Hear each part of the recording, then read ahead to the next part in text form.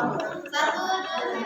Assalamualaikum warahmatullahi wabarakatuh. Waalaikumsalam warahmatullahi wabarakatuh.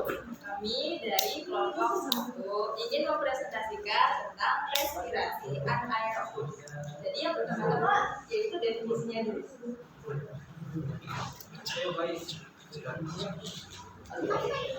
Respirasi anaerob, proses respirasi seluler yang terjadi dalam sel-sel organisme ketika tidak ada cukup oksigen yang tersedia untuk digunakan sebagai akseptor elektron dalam rantai transport elektron. Berbeda dengan respirasi aerob yang memerlukan oksigen, respirasi anaerob berjalan tanpa oksigen sebagai komponen utama dalam prosesnya. Ini terjadi saat oksigen tidak cukup tersedia dan ketika aktivitasnya sedang padat sehingga oksigen tidak dapat dipasok dengan cepat. Beberapa organisme bisa bertahan hidup di lingkungan yang kurang oksigen, bahkan tidak ada oksigen sama sekali. Respirasi anaerob lah yang dapat membuat mereka bertahan hidup dengan cara merubah energi NADH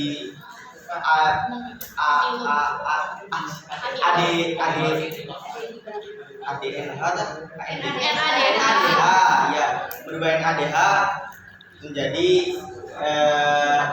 ATP.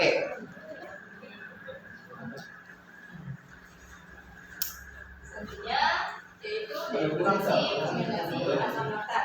Yaitu proses biokimia di mana mikroorganisme, terutama bakteri laktat seperti Lactobacillus atau Streptococcus itu mengubah glukosa atau gula lainnya menjadi asam laktat.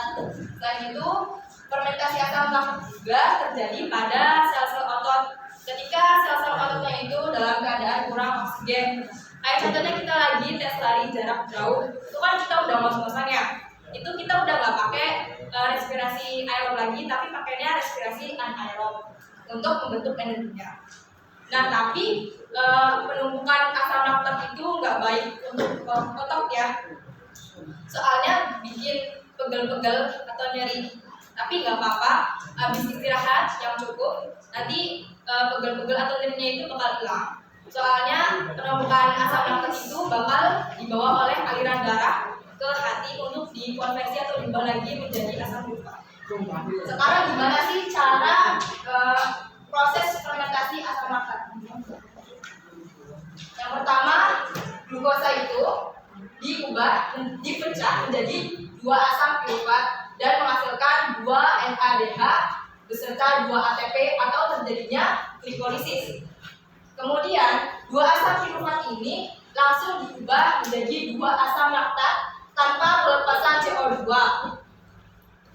Terus kok bisa ya 2 asam laktat bisa jadi 2 asam laktat gitu? Soalnya asam piruvat itu mengikat ion hidrogen dari penguraian NADH.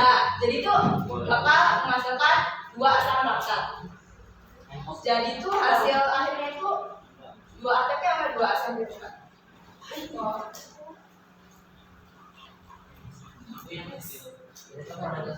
Nah, selanjutnya itu hasil akhir dari fermentasi asam laktat. C6H12 fosfat atau glukosa dipecah menjadi 2 C3H6O3 atau 2 asam laktat plus 2 ATP atau 2 energi. Jadi hasil akhir dari fermentasi asam laktat adalah 2 asam laktat dan 2 ATP atau 2 energi.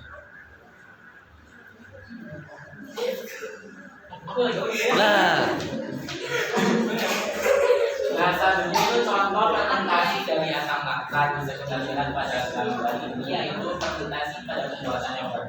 Pada pembuatan yogurt ini menggunakan bakteri Lactobacillus bullosus yang mana bakteri ini inokulasi ke dalam susu. Nah, inokulasi ini merupakan tahapan pemindahan mikroorganisme berupa bakteri baik dari tempat asalnya ke medium yang baru. Kemudian pada proses tersebut mengubah laktosa atau gula yang ada di dalam susu menjadi asam laktat dan menghasilkan susu yang menjadi lebih kental dan memberikan rasa asam yogurt yang khas. Kemudian contoh selanjutnya yaitu fermentasi pada kimchi. Fermentasi pada kimchi juga menggunakan bakteri yang sama, yaitu Lactobacillus, yang mana bakteri ini mengubah gula dalam sayuran seperti lobak menjadi asam laktat dan menghasilkan asam pada kimchi yang menjadi lebih sedap.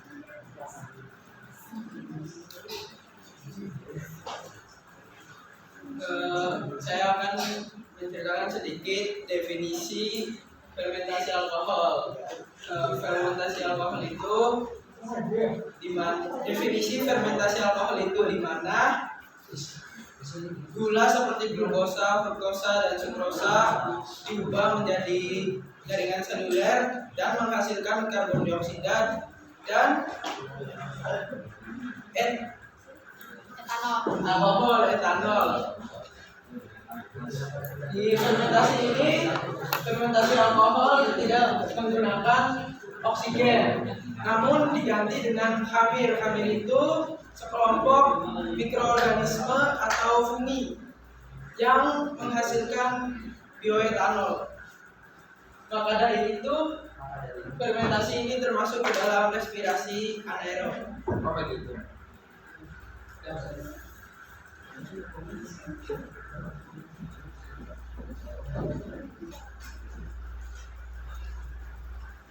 Oke, di sini aku akan menjelaskan mengenai proses dari fermentasi alkohol. Nah, kita baca dulu ya. Tahap awal itu melibatkan pemanasan bahan baku yang mengandung gula untuk mengaktifkan enzim dan sterilisasi, lalu lagi diinokulasi untuk menguraikan gula menjadi etanol dan karbon dioksida selama fermentasi. Nah, penjelasan dari gambarnya kelihatan kan ya? Nah, jadi pada fermentasi alkohol, gula itu akan melalui tahap glikolisis. Tahap glikolisis itu merupakan pemecahan perubahan reaksi pada glukosa menjadi asam pirufat. Nah, pada glikolisis itu pada tahap glikolisis ini dihasilkan 2 ATP, lalu NADH dan asam pirufat. Nah, di sini itu NAD+ dia diubah menjadi NADH. Lalu setelah itu kemudian 2 asam pirufat ini dia mengalami dekarboksilasi oksidatif yang menghasilkan 2 asetaldehida. Nah, perubahan ini itu memicu pelepasan karbon dioksida atau 2 CO2. Lalu setelah proses ini, 2 asetaldehida itu mengikat ion hidrogen yang berasal dari penguraian NADH atau NADH diubah menjadi NAD+, itu membentuk etanol atau 2 alkohol. Lalu NAD+ ini dia akan digunakan kembali untuk proses glikolisis selanjutnya, diulangi lagi gitu. Nah, hasil akhirnya ini yang gampangnya adalah itu tuh hasil akhirnya itu 2 alkohol atau etanol, lalu 2 CO2 atau karbon dioksida dan 2 ATP. Nah,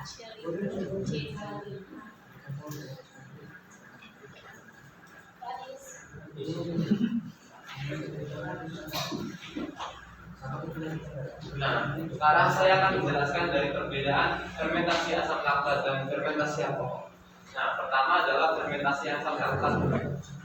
Fermentasi asam laktat adalah proses metabolisme di mana glukosa diubah menjadi metabolit energi laktat dan gula. Nah, sedangkan di fermentasi alkohol adalah di mana glukosa diubah menjadi etanol dan karbon dioksida. Fermentasi asam laktat terjadi pada bakteri Lactobacillus rhamni dan Saccharomyces. Sedangkan fermentasi alkohol terjadi dalam ragi dan mikroorganisme lainnya. Fermentasi asam laktat menghasilkan molekul asam laktat dan pirufat. Sedangkan fermentasi alkohol menghasilkan etanol dan karbon dioksida. Nah, enzim-enzim yang terlibat dalam fermentasi asam laktat adalah laktat dihidrogenase dan pirufat. Sedangkan enzim-enzim yang terlibat dalam fermentasi Alkohol adalah pirfat dekarbosilase dan alkohol dihidrogenase. Nah, fermentasi asam laktat digunakan dalam pembuatan yogurt, keju, dan tadi juga kimchi ya. Sedangkan fermentasi alkohol digunakan dalam pembuatan roti, bir, anggur, dan ya.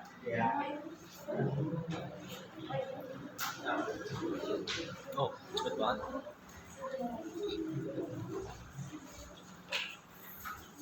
Pertanyaan. Pertanyaan. Ya kita yang mana? Penutupan dulu deh. Ya. Ya, kan. Yang satu lagi ya. Jawab pas-pasan.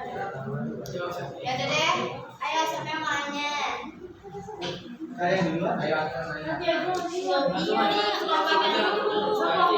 Iya, kalau kita jadi melakukan Ya udah, sekian presentasi dari kelompok kami. Kurang lebih mohon maaf atas kekeliruannya. Assalamualaikum warahmatullahi wabarakatuh.